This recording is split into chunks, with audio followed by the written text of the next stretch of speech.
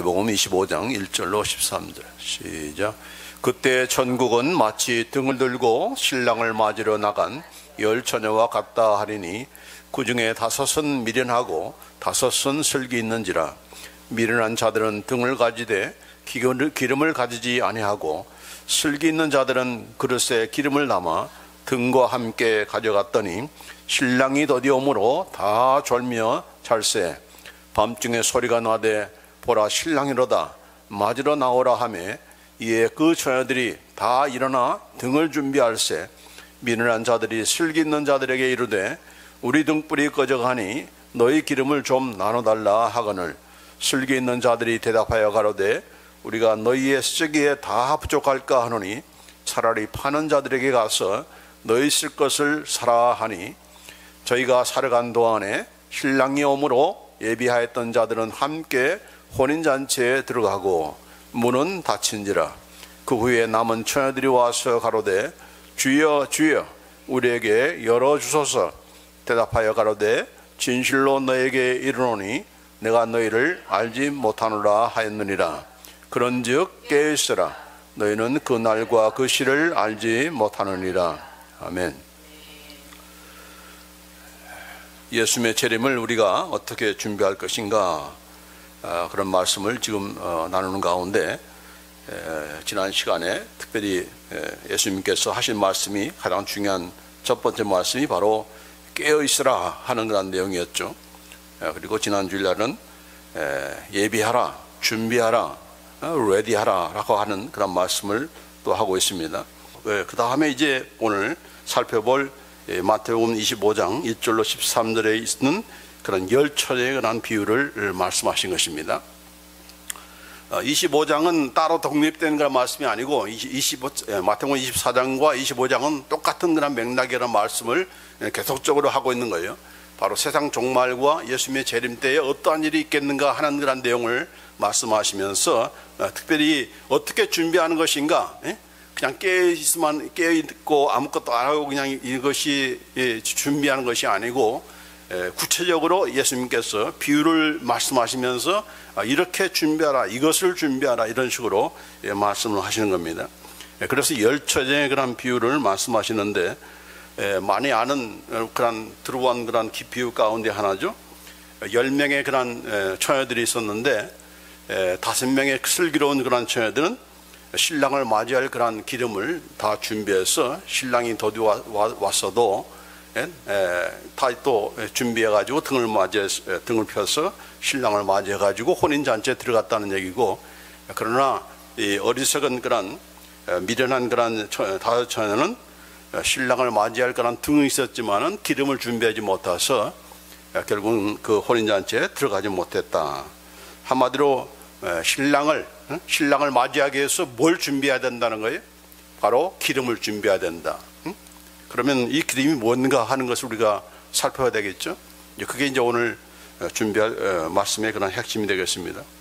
자, 그런데 여기 비유라는 말, 비유를 지금 예수님께서 말씀하시는데 비유라는 그런 왜 비유라는 말 뜻이 무엇인가? 곁에라는 이 파라라는 말과 본래 이건 발로라는 말에서 유래된 그런 동사인데 던지다 하는 뜻입니다. 그러니까 사물을 나란히 놓아서 비교한다 하는 뜻입니다. 쉽게 말하자면 영적인 진리를 바로 전하지 않고 일상적인 우리의 현상, 우리가 생활 속에서 볼 수 있는, 우리의 생활 속에서 볼 수 있는 그런 현상, 사건, 또 무슨 풍습, 오늘 같은 이런 혼인잔치에 관한 내용도 다 그 당시에 다 아는 그런 내용들이죠. 그런 풍습이죠. 그런 것들을 들어가지고 영적인 진리를 딱 던져서 그걸 이렇게 말씀하시는, 그게 바로 비유인 것입니다. 그래서 특별히 천국을 얘기할 때 비유로 예수님께서 많이 말씀하셨어요. 그래서 천국은 어떤 것인가 하는 그런 내용을 얘기하시면서 이렇게 이런 자연 현상이라든지 우리가 경험하는 그런 일상적인 그런 생활을 가지고 하나님의 진리의 말씀을 거기에 첨부해서 또 그것을 핵심으로 해서 또 전하는 그런 내용들을 하는 것인데, 이 비유에 대한 말씀을 우리가 좀 우리가 먼저 살펴볼 것은 우리가 잘 아는 씨 뿌리는 비유, 마태복음 13장에 나오는 말씀이죠. 자, 예수께서 비유로 여러 가지를 저에게 말씀하여 가라사대 씨를 뿌리는 자가 뿌리러 나가서 뿌릴새 더러는 길가에 떨어짐에 새들이 와서 먹어버렸고 더러는 흙이 얕은 그런 돌밭에 떨어짐에 흙이 깊지 아니하므로 곧 싹이 나오나 해가 돋은 후에 타져서 뿌리가 없으므로 말랐고 더러는 가시떨기 위에 떨어짐에 가시가 자라서 기운을 막았고 더러는 좋은 땅에 떨어짐에 혹 100배 혹 60배 혹 30배의 결실을 하였느니라. 그러니까 씨 뿌리는 비유라는 것은 씨를 농부가 무슨 밭에 씨를 뿌릴 때 그 씨가 어디에 떨어지냐에 따라서 어떤 결과를 나타나는가 하는 그런 내용이죠. 아주 간단한 그런 우리가 알 수 있는 그런 내용이죠. 뭐 이걸 알기 위해서 농사를 지어봐야 되고 농학 박사를 따야 되고 그런 건 아닌 것이죠. 그러니까 일상적으로 우리가 볼 수 있는 알 수 있는 그런 내용을 가지고 예수님께서 말씀하셨어요. 예. 근데 이 말 여기에서 끝나버리면 뭐 우리가 다 하는 내용들이고 알 수 있는 말씀인데 이 뜻을 예수님께서 천국이라는 것이 어떤 것인가 하는 것을 덧붙여서 이제 예수님의 진리의 말씀을 우리에게 전해주신 것인데 그래서 예수님께서 이게 대해서 풀어주십니다. 이 씨 뿌리는 비유가 뭔가 하는 것을 이렇게 말씀해 주신 것이 바로 이제 13장 18절로 23절 말씀입니다. 자, 좀 봅시다. 그런 적이 씨 뿌리는 비유를 들으라. 아무나 천국 말씀을 듣고 깨닫지 못한 때는 악한 자가 와서 그 마음에 뿌리운 것을 빼앗나니 이는 곧 길가에 뿌리운 자요. 이 길가에 떨어진 그 씨는 어떤 자인가? 천국 말씀을 듣고 깨닫지 못해서 그냥 악한 자가 와가지고 그 모든 것을 다 말씀을 다 뿌리운 것을 다 빼앗는, 그래서 전혀 뭐 열매를 맺지 못하는 그런 자다 하는 것이죠. 돌봤다는 것은 말씀을 듣고 즉시 기쁨으로 받되 그 속에 뿌리가 없어서 잠시 견디다가 말씀을 인하여 환난이나 핍박이 일어날 때는 곧 넘어지는 자요. 그러니까 말씀을 듣기는 들어요. 그냥 은혜 받을 때는 받아요. 그런데 그 말씀을 깊이 뿌리가 받지 않기 때문에 어려움만 생기면은 그냥 이렇게 넘어지는 그런 자가 바로 이 돌밭에 뿌려진 그러한 씨다라고 하는 거죠. 그 다음에 가시떨기에 뿌렸다는 것은 말씀을 들으나 세상의 염려와 재리의 유혹에 말씀이 막혀 결실치 못하는 자요. 세상 염려가 많고 돈의 그런 유혹이 많아가지고 말씀이 결실치 못한다는 거예요. 이게 바로 가시떨기에 뿌려진 거라는 거죠. 그 다음에 마지막으로 좋은 땅에 뿌렸다는 것은 말씀을 듣고 깨닫는 자니 결실하여 혹 100배 혹 60배 혹 30배가 되느니라. 이렇게 하면서 씨 뿌리는 비유를 가지고 일반적인 그런 현상을 가지고 천국이 어떻다는 것을, 그리고 천국 말씀, 바로 예수님의 말씀을 어떻게 듣느냐에 따라서, 하나님의 말씀이 어디에 심겨지고 따에 따라서 어떻게 듣느냐에 따라서 이런 결과가 제각기 다르게 나타난다 하는 그런 말씀을 하시는 것입니다. 이게 바로 예수님께서 하시는 그런 비유의 말씀이에요. 대표적인 비유의 말씀이죠. 자, 그런데 왜 예수님께서 직접 이렇게 말씀하시지 않고 왜 비유를 통해서 이렇게 진리의 말씀을 선포하시는가? 그 이유가 있어요. 이유가 있는데 그 이유를 직접 이 씨 뿌리는 비유를 하시면서 말씀하셨어요.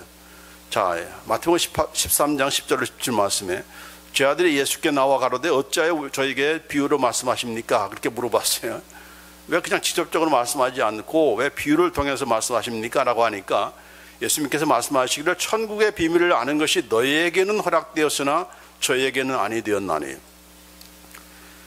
이 하나님의 말씀 그 뒷부분에 예수님께서 주신 그런 천국이 어떻다는 그런 그 내용의 말씀들을 이게 하나의 천국에 대한 비밀인데, 미스터리인데 너희들은 알 수 있다.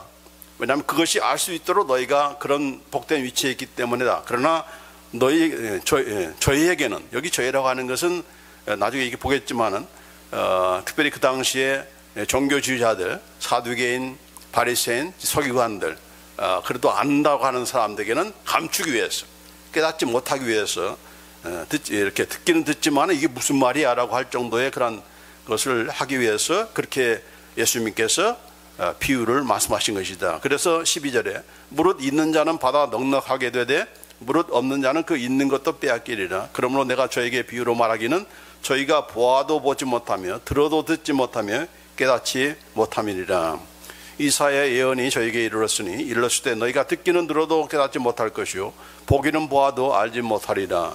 이 백성의 마음이, 여기 중요한 것이 바로 15절만, 이 백성의 마음이 완악하여져서 그 귀는 듣기에 둔하고 눈은 감았으니 이는 눈으로 보고 귀로 듣고 마음으로 깨달아 돌이켜 내게 고침을 받을까 두려워함이라 하였느니라. 그러나 너희는, 너희 눈은 봄으로 너희 귀는 들음으로 복이 있도다. 내가 진실로 너에게 이르노니 많은 선지자와 의인이 너희 보는 것들을 보고자 해도 보지 못하였고 너희 듣는 것들을 듣고자 해도 듣지 못하였느니라. 비유로 말씀하신 이유가 1차적으로는 가르기 위해서, 그 말씀을 듣는 자가 그냥 일상생활, 씨가 그냥 뿌려져서 뭐 돌짝밭에 뭐 길가에 이렇게 뿌려져 가지고 또 가시떨기에 뿌려져서 또 좋은 옥토에 뿌려져 가지고 어떤 현상이 어떤 결과가 나타나는가 누구나 다 알 수 있는 내용이죠. 그 정도밖에 모른다는 거죠. 일반 사람들은 그것이 진리의 말씀을 들을 수 있는 그런 귀가 허락된 그런 사람 외에는 그 정도밖에 모른다. 그러나 너희는 이제 내가 가르친 대로 알기 때문에 그 복을 누리게 되는 것인데 라고 하면서 중요한 것이 여기 16절 17절 말씀입니다. 너희 눈은 봄으로 너희 귀는 들음으로 복이 있다는 겁니다. 지금 누구를 보고 있죠? 바로 예수님을 보고 있죠. 또 무엇을 듣고 있습니까? 예수님의 말씀을 듣고 있습니다. 근데 이 예수님을 볼 수 있다는 이런 그 축복, 이건 아무나 누릴 수 있는 그런 축복이 아니죠. 더군다나 예수님의 말씀을 직접적으로 듣는다, 그것도 아무나 누릴 수 있는 그런 축복이 아니고 듣는 것에 끝나지 않고 그것을 아멘으로 받고 믿을 수 있고 예수님이 주시는 그런 말씀만 아니라 예수님을 믿을 수 있는 이 모든 것들이 다 우리가 받은 복이다. 너희가 받은 복이다. 이렇게 말씀하신 거예요. 자, 이런 복은 과거의 선지자들이 또 의인들, 이건 구약에 말하는 하나님의 백성들입니다. 하나님의 백성들이 그토록 보기를 원했고 듣기를 원했던 것인데 들을 수 없었던 것이고 보지도 못했던 그런 것을 너희는 지금 보고 있고 너희는 들을 수 있게 된 것이다 라고 말씀한 겁니다. 자, 이것이 왜 우리에게 복인 것인가? 더군다나 우리는 누가 계시죠? 성령님이 우리 안에 계세요. 성령님이 안에 계시기 때문에 우리가 예수님의 말씀을 들을 수 있도록 귀를 열어주시고 그걸 깨달아 알 수 있도록 지혜와 계시의 영으로 함께 하니까 여러분이 말씀을 듣고 깨닫고 알게 되는 거예요. 또 믿게 되는 거예요. 이게 복이라는 겁니다. 이거는 이전에는 성령님께서 오시기 전에는 아무나 누릴 수 있는 그런 복이 아니었다 하는 거죠. 그렇죠? 여러분 이렇게 주일마다 설교를 들으면서 그걸 안다, 믿음으로 우리가 받아들인다, 깨닫는다, 이게 복이라는 겁니다. 이게 여러분이 머리가 좋아서 깨닫는 것이 아니라는 겁니다. 여러분 바리새인들, 서기관들이 얼마나 성경을 딸딸딸 외울 정도로 그런 지식이 많은 사람입니까? 그럼에도 불구하고 예수님을 죽이려고 했던 것이고 예수님의 말씀을 책 잡으려고 했던 거지 않아요? 들을 생각을 안 하고 뭘 잘못 전하는가 그 책을 잡기 위해서만 불을 켜고 다녔던 그런 사람이기 때문에 이게 완전히 너희들과 다른 그런 위치라는 거죠. 한 사람은 그래도 지식도 많고 성령도 알고 하지만은 믿지도 않고 받아들이지도 않아요. 그러나 정말 이게 뭐 배운 적도 없고 뭐 이렇게 뭐 공부한 것도 이렇게 짧고 하지만은 예수님의 말씀을, 하나님의 말씀을 들을 수 있고 믿을 수 있고 이렇게 하는 이것이 이게 바로 누구 때문에 온 겁니까? 바로 예수님 때문인 것이고 더 자세히 말하자면은 우리 안에 계신 성령 때문에, 성령 때문에 가능하기 때문에 바로 이렇게 구분하기 위해서 이렇게 차별을 받는 자는 더 누리고 가진 자는 내가 안다 하는 자는 더 받지 못하고 누리지 못하는, 이게 하나의 그냥 이 축복과 저주를 동시적으로 경험하게 하는 그런 방법이 바로 비유로 말씀하시는 그런 이유다 하는 겁니다. 그러니까 이 누구나 다 깨달아 할 수 있는 그런 내용이 아니다는 것이죠. 자, 이제 보십시다. 이 열처녀의 비유, 열처의 비유 가운데 보면은 여기 뭘 얘기하기 위해서 이 비유로 말씀하시는 거예요. 항상 그 비유에 그 초점이 있습니다. 자, 그때 천국은 마치 등을 들고 신랑을 맞이하러 나간 열처녀와 같다 하면서 결국은 천국에 대한 내용을 말씀하시면서 그렇게 하시는 거죠. 그때의 천국이라는 것은 바로 세상 종말, 바로 예수님께서 재림하실 때에 그 천국을 어떻게 맞이하는 것인가, 특별히 다시 오실 그런 예수님, 신랑 되신 예수님을 어떻게 맞이하는 것인가에 대한 그런 비유의 것이죠. 그러면서 결론적으로 13절에 그런즉 깨어있으라 너희는 그 날과 그 시를 알지 못함이니라 라고 하면서 이 비유의 핵심이 무엇이라는 것을 예수님께서 정확하게 이렇게 말씀해 주셨습니다. 그러니까 이 초점을, 목적을 우리가 놓쳐서는 안 되는 거죠. 항상 비유는 무슨 목적이 있어요. 그 말 하나하나가, 사건 하나가 다 의미가 있는 것이 아니고 그 요점을 우리가 잘 정리를 하면서 해야 되지, 여기에 나타나는 모든 그런 등장인물이라든지 물건이라든지 이런 것에 대해서 무슨 의미를 그냥 의도적으로 부여하는 것은 이건 풍유법이지 비유법은 아닙니다. 예? 비유하는 것은 그 비유의 핵심을 놓쳐서는 안 되는 거고, 그 핵심을 우리가 잘 붙잡아야 우리가 해석을 잘할 수가 있는 것인데, 왜냐하면 때로는 예수님께서 비유의 내용을 디테일하게 설명하지 않은 것들이 많기 때문에, 아까 그 씨 뿌리는 비유는 예수님께서 아주 디테일하게 잘 설명했잖아요. 그러나 여기 이제 열천의 비유 가운데 비유 보면은 가장 중요한 핵심이 뭡니까? 기름을 준비해야 된다. 근데 그 기름이 뭐냐? 거기에 대해서 말씀 안 하세요. 그러니까 그런 그 내용들을 우리가 잘 또 살펴서 마음대로 그냥 해석해야 할 것이 아니고, 다른 말씀, 예수님의 말씀을 통해서, 다른 성경을 통해서, 그러면 기름이 뭐지? 우리가 준비해야 될, 신랑을 맞이하기 위해서 준비할 기름은 뭐지? 그 우리가 하나님의 말씀을 통해서 이렇게 연구하고 그걸 살펴야 되는 거예요. 예. 그래서 이제 제가 어디 들어가 보면은 지금 10명의 그런 처녀들이 있죠. 10명의 처녀들입니다. 그 중에 5명은 미련하고 5명은 슬기 있는 자다, 그렇게 했습니다. 왜 슬기 있는가, 왜 지혜 있는가 하는 것은 그들의 나타난 그 행동을 보면은 미련했다, 정말 지혜로운 자야, 이렇게 말할 수 있는 것입니다. IQ가 좋아서 뭐 슬기 있고 IQ가 낮아서 이렇게 미련한 것이 아니고, 그들의 행동을 보면은 이 사람들이 정말, 이 처녀들이 지혜로운 그런 행동을 했구나, 이게 미련한 행동을 했구나 하는 것을 알게 되는 거죠. 자, 미련한 자들은 등은 가지되 기름을 가지지 아니하고, 슬기 있는 자들은 그릇에 기름을 담아 등과 함께 가져갔더니 신랑이 더디움으로 다 졸며 잘세라고 했습니다. 미련한 자들만 졸며 잔 것이 아니고 슬기로운 자들도 졸며 함께 잤어요. 그러니까 자는 것이 문제가 아니에요. 깨어있으라고 하니까 그냥 잠도 안 자고 깨어있으라, 그런 뜻으로 말씀하신 것이 아니다는 것은 이미 지난주에 말씀드렸죠. 깨어있으라고 했으니까 잠도 안 자. 그러면 잠 안 자면 어떻게 됩니까? 그냥 사람이 아주 이제 이상하게 되는 거죠. 그러니까 여기 자는 것이 문제가 아니고, 이 미련한 자나 슬기로운 자나 다 졸며 잤다고 하는 것입니다. 자, 그런데 여기 보면은 신랑이 왜 졸게 된 겁니까? 왜 자게 된 거죠? 신랑이 더디왔기 때문에. 그 당시에 결혼식은 어떻게 진행되는 거 아니? 먼저 신랑이 신부를 맞이하러 신부 집에 갑니다. 예, 그러면은 신부가 자기의 들러리들이, 여자 그 처녀들이 신랑을 맞이하기 위해서, 보통 이제 저녁 시간에 결혼식이 있는데, 저녁이니까 캄캄하죠. 전기가 없는 시절이니까. 그러니까 전부 다 횃불을 들고 신랑 오는 길을 맞이하는 겁니다. 그게 바로 들러리들이 해야 되는 그런 이유가, 들러리들이 서는 이유, 그들이 해야 될 목적인 것입니다.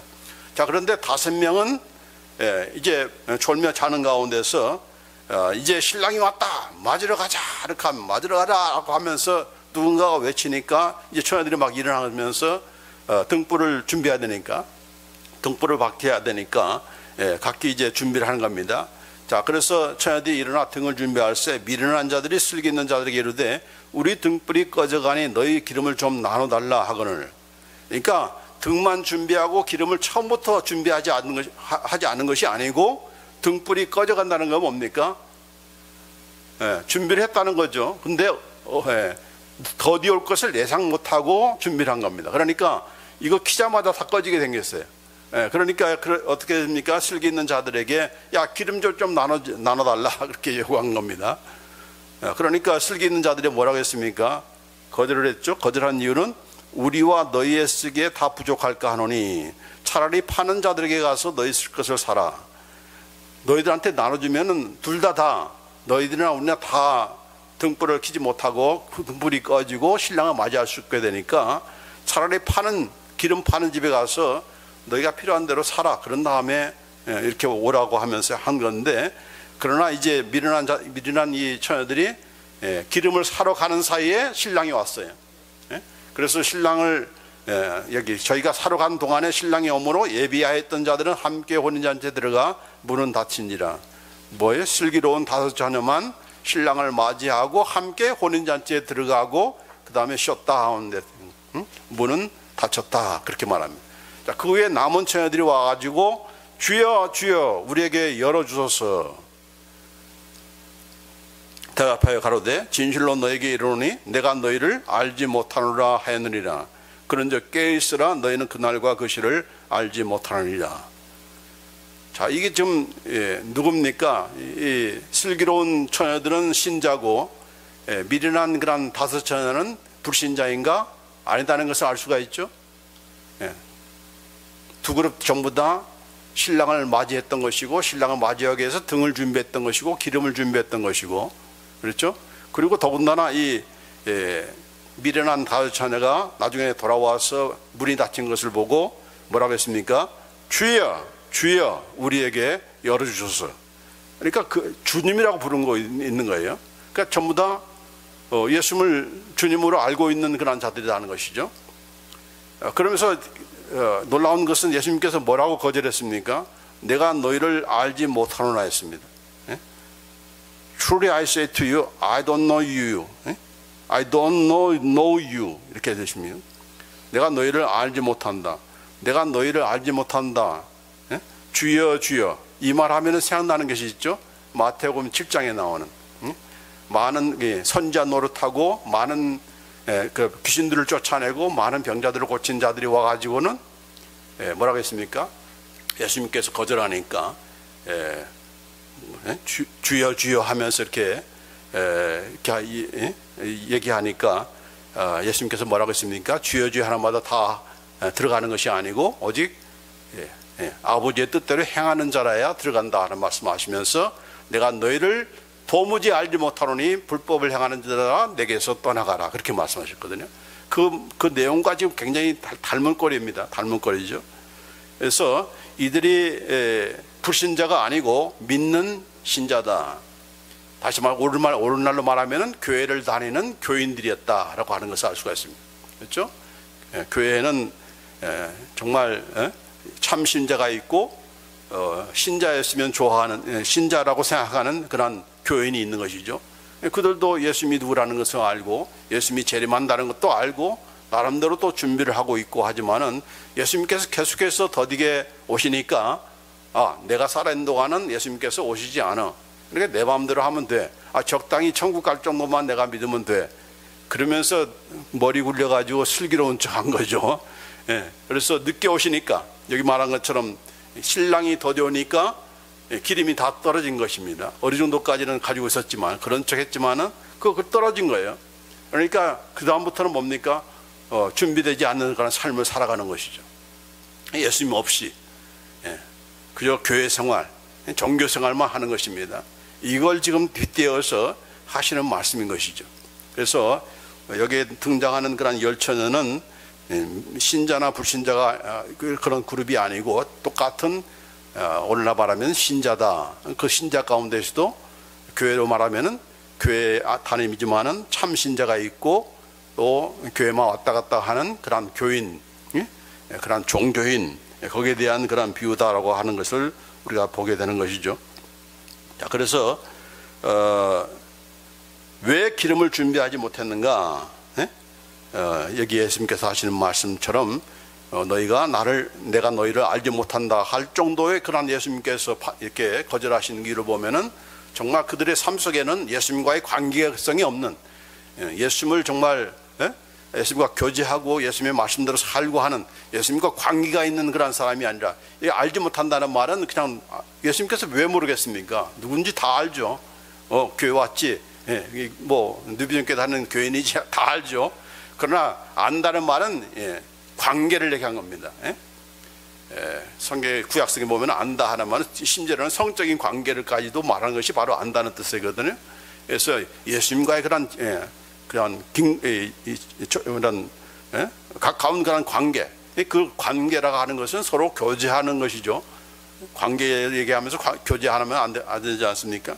그런 교제하고 그분의 말씀을 듣고 그분 말씀대로 행하고 그분을 사모하고 그분을 기다리고 그분을 위해서 오실 것을 준비하고 이런 것들이 전부 다 관계성에서 나온 것이죠. 그러나 너희들은 그런 것이 없었다는 얘기입니다. 재림에 대해서 알기는 하지만은 예수님이 오신대라고 하지만은 그러나 내 때는 안 올 거야. 그런 확신을 가지고 그냥 이 정도면은 천국 갈 수 있겠지라고 했던 사람들, 그런 종교인에 불과한 것이죠. 그래서 알지 못한다라고 예수님께서 내치신 것입니다. 자, 그래서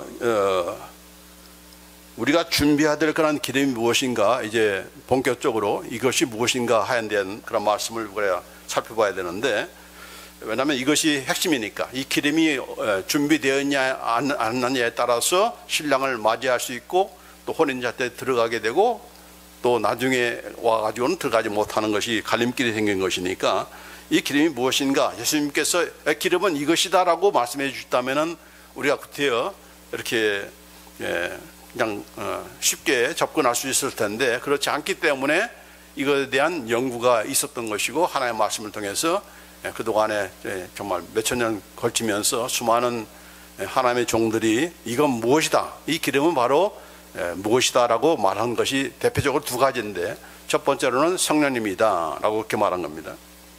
그래서 물론 이런 결론을 내는 것은 다른 성경에서 어떻게 말씀하느냐에 따라서 이런 결론을 내는 것이죠. 그 내용 가운데 하나가 사도행전 10장 38절입니다. 같이 읽습니다. 시작. 하나님이 나사렛 예수에게 성령과 능력을 기름 붓듯 하셨음에 저가 두루 다니시며 착한 일을 행하시고 마귀에게 눌린 모든 자를 고치셨으니 이는 하나님이 함께 하셨음이라. 구약 성경에서 기름 부은 것은 어노인팅은 누구한테만 했습니까?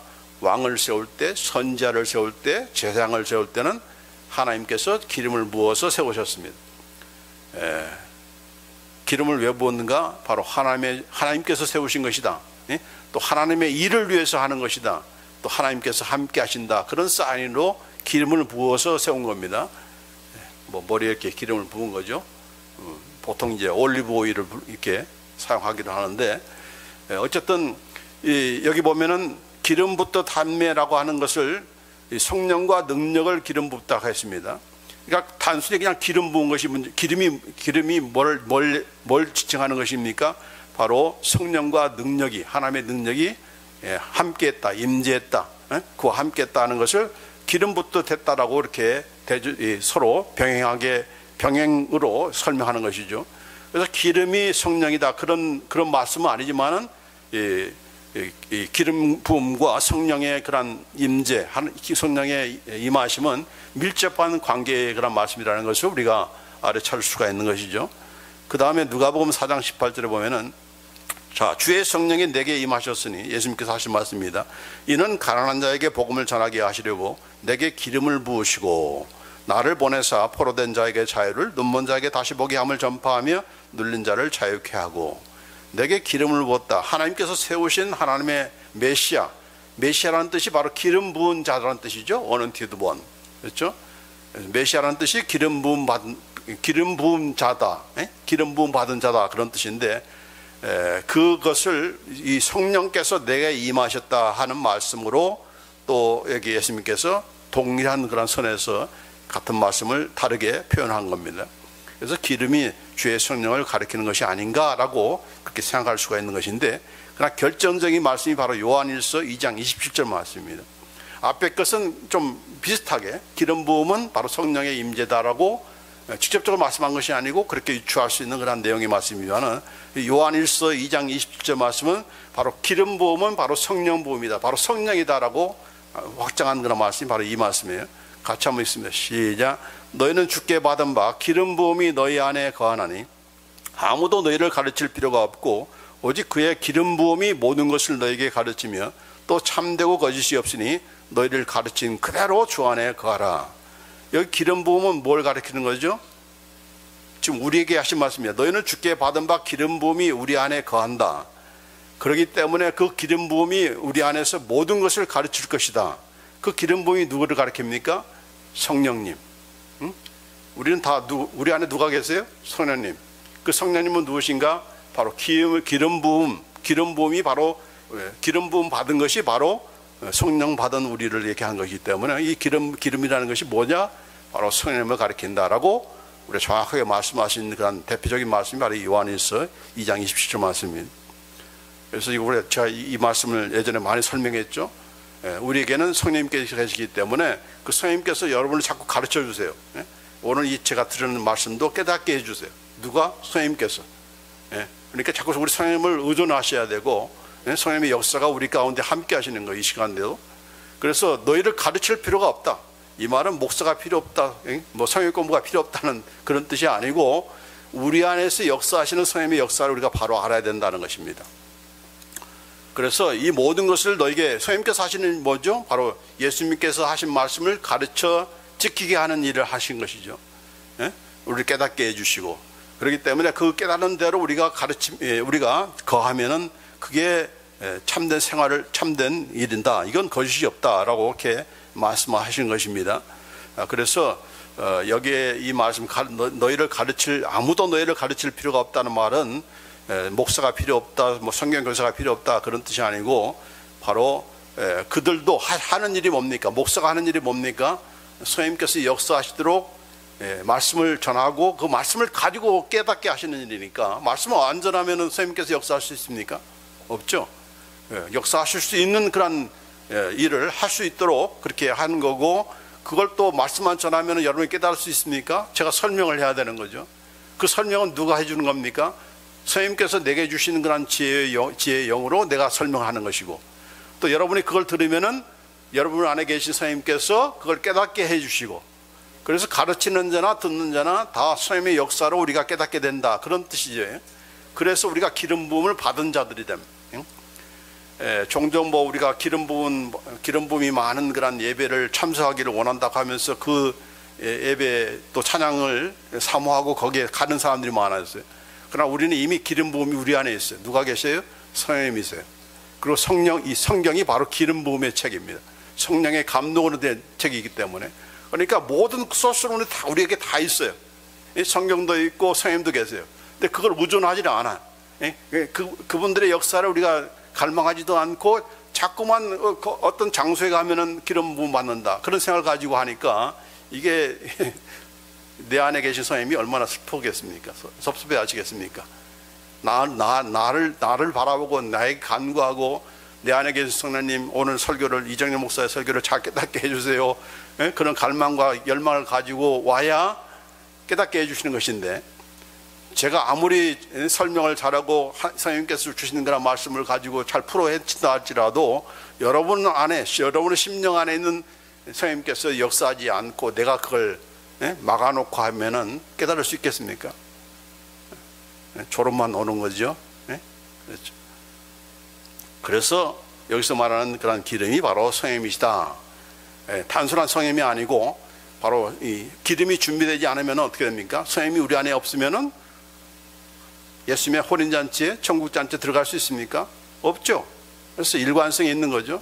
그런데 이제 문제는 이걸 돈을 주고 사라. 어떻게 성령님을 돈을 주고 사느냐? 어떻게 또 준비한 우리 안에 계신 성령님께서 또 모자랄 수가 있느냐? 이제 이게 또 풀 수가 없는 거죠. 좀 이상한 거죠.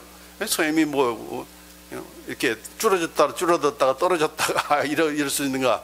그러니까 거기에 대해서 조금 의문이 있는 사람들이 이게 반드시 성령님은 가르치는 것이 아니다라고 하면서 주장한 두 번째 의견이 바로 우리의 선한 행실이다라고 그렇게 주장합니다. Good deeds, 선한 행실, 선행 그렇게 주장하는 그런 것이 있는데 바로 그 이유는 무엇인가? 그 다음에 나오는 그런 이 다음 주에 할 그런 내용이 바로 이 달란트 비유거든요. 예수님께서 맡겨주신 것을 우리가 어떻게 활용하느냐에 따라서 거기에 대한 그 판단이 심판의 그런 기준이 달라지잖아요.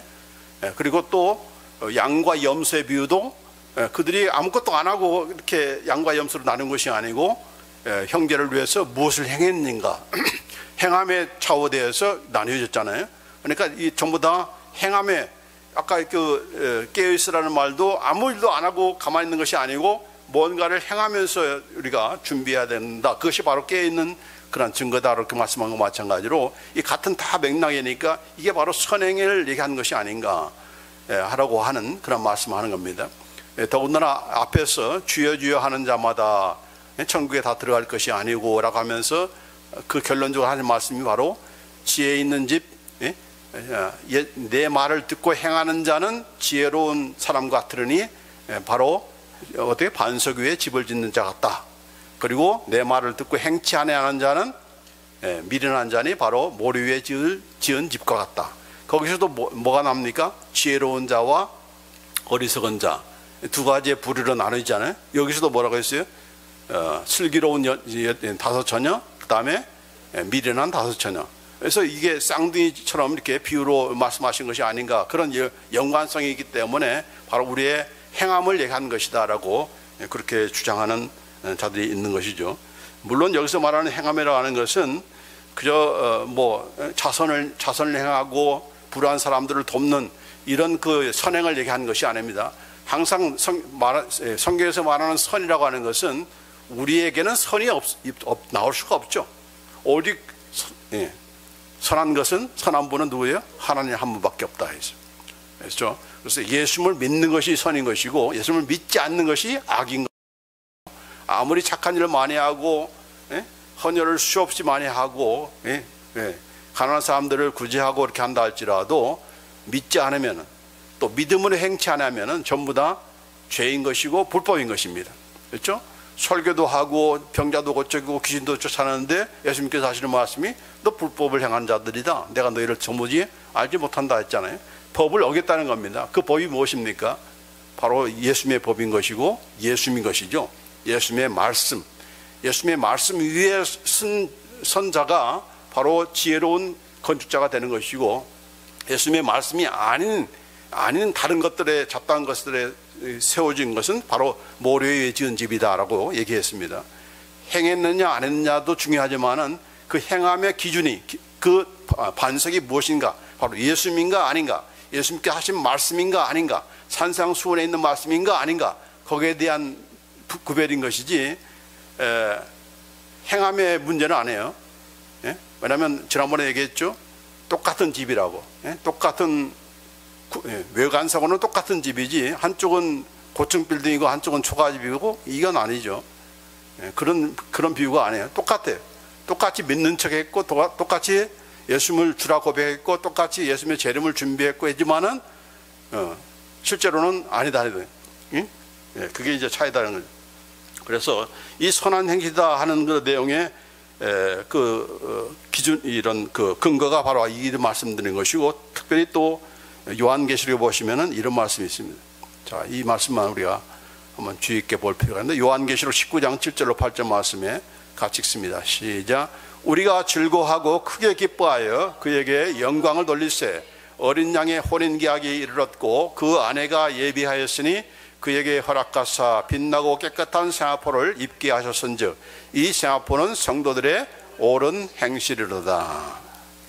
지금 혼인 계약, 어린 양의 혼인잔치, 아까 여기 좀 열천의 비유도 바로 혼인잔치 내용이잖아요. 그래서 마지막 때 이제 예수님께서 재림하시면 우리가 들어가 하는 것이 바로 결혼잔치죠. 혼인잔치죠. 우리는 다 신부죠. 남자도 신부에, 교회가 바로 신부이기 때문에. 그래서 혼인잔치가 있는데 그 잔치에 들어가기 위해서 여기 보면 7절에 그 아내가 예비하였으니, 이건 그 아내가 예비되었으니, 그런 말인데 우리말은 그렇게 되어 있지만 영어성에 보면은 His bride has made herself ready. 그의 신부들이 자기 자신을 계속적으로 준비해 왔다는 것입니다. 언제까지? 혼인잔치 때까지. 현재 완료입니다. 마지막 때 가서 그냥 준비한 것이 아니고 계속적으로 준비를 해온 거예요. 계속적으로 준비를 해온 것인데 그 준비가 무엇이냐?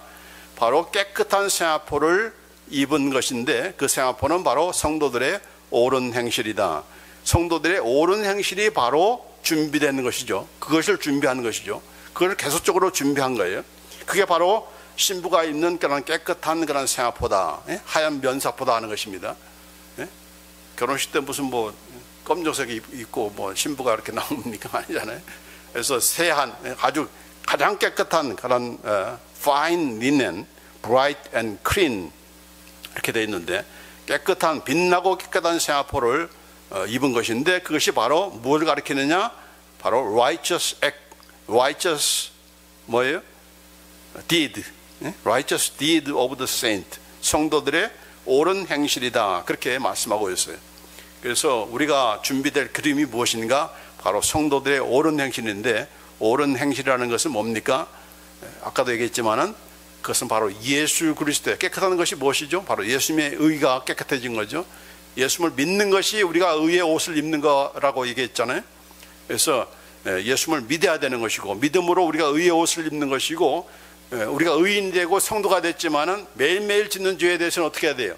씻어야 되는 거죠. 깨끗해지자. 한번 목욕하겠다 해서 한번 샤워했다고 해서 뭐 1년 내내 샤워 안 하면 됩니까? 안 되는 거죠. 매일매일 이미 성도라는 이름을 얻었지만은 우리가 매일매일 짓는 죄에 대해서는 우리가 씻어야 되는데 어떻게 씻습니까? 무엇으로? 예수님의 피로. 피는 뭐라고 했어요? 정결케 하는, 깨끗케 하는 파워가 있다고 했잖아요. 그래서 예수님의 피로 씻음 받아야 되는 거예요. 매일같이. 그래서 깨끗한 세마포는 어떻게 준비해야 되는가? 바로 예수님의 피로서 우리가 매일매일 회개하고 정결한 그런 삶을 살아가는 것, 그것이 바로 우리가 준비해야 될 기름인 것이고 뿐만 아니라 그 옷만 깨끗해지는 것이 아니고 준비가 맞을 수 있는 그런 준비가 되는 거죠. 우리의 행실을 통해서 우리가 믿음만이 아니고 믿는 자다운 그런 삶, 예수님이 더디 온다고 해서 우리가 이제 넉넉히 있고 그냥 준비한 상태가 아니고 매일매일 우리의 삶을 되돌아보면서 내가 믿는 자로서 살았는가, 또 예수님을 이렇게 맞이할 때 내가 오실 때 내가 기뻐 맞이할 수 있는 그런 레디가 되어 있는가, 그게 바로 우리의 옳은 행실인 것이죠. 그래서 결국은 우리가 준비해야 될, 예수님을 맞이할 그런 준비해야 될 그런 기름이 무엇인가? 성령님이신가 아니면 우리의 의로운 행실인 것인가? 이것이냐 저것이냐 고르는 것이 중요한 것이 아니고 두 가지는 다 연결이 되어 있습니다. 그렇죠? 성령님을 우리가 마음에 모시고 그분께서 가르쳐 주신 대로 성령의 충만함을 받는 이것이 바로 예수님을 맞이할 수 있는 그런 기름이기와 동시에 기름이지만은 동시에 그런 사람들은 성령의 충만한 사람들, 성령이 임재하시는 그런 사람들은 바로 이런 의로운 그런 삶, 날마다 거룩해지고 하나님의 말씀으로 또 성령 예수님의 피로서 이렇게 회개하면서 성결한 그런 삶을 살아가는 그런 가운데 말씀대로 행하는 그런 옳은 행실, 의로운 행실이 함께 수반되는 그런 성도가 아닙니까? 그게 바로 기름을 준비한 그런 슬기로운 지혜로운 그냥 천혜의 또 우리 성도들의 그런 모습인 것이죠. 그렇기 때문에 오늘 이 말씀을 통해서 내 안에 계신 성령님 또 그분 모시고 있는 것만 중요한 건 아니라 오늘도 우리에게 말씀을 깨닫기 위해서 나에게 지혜를 주세요. 내가 깨달을 수 있도록 해주세요. 깨달은 대로 내가 또한 살 수 있게 인도해 주세요. 가르쳐 주세요. 이렇게 하면서 우리가 그분과 항상 교제하면서 충만해지는 그런 삶, 성령 충만한 그런 삶, 그게 바로 레디가 된 것이죠.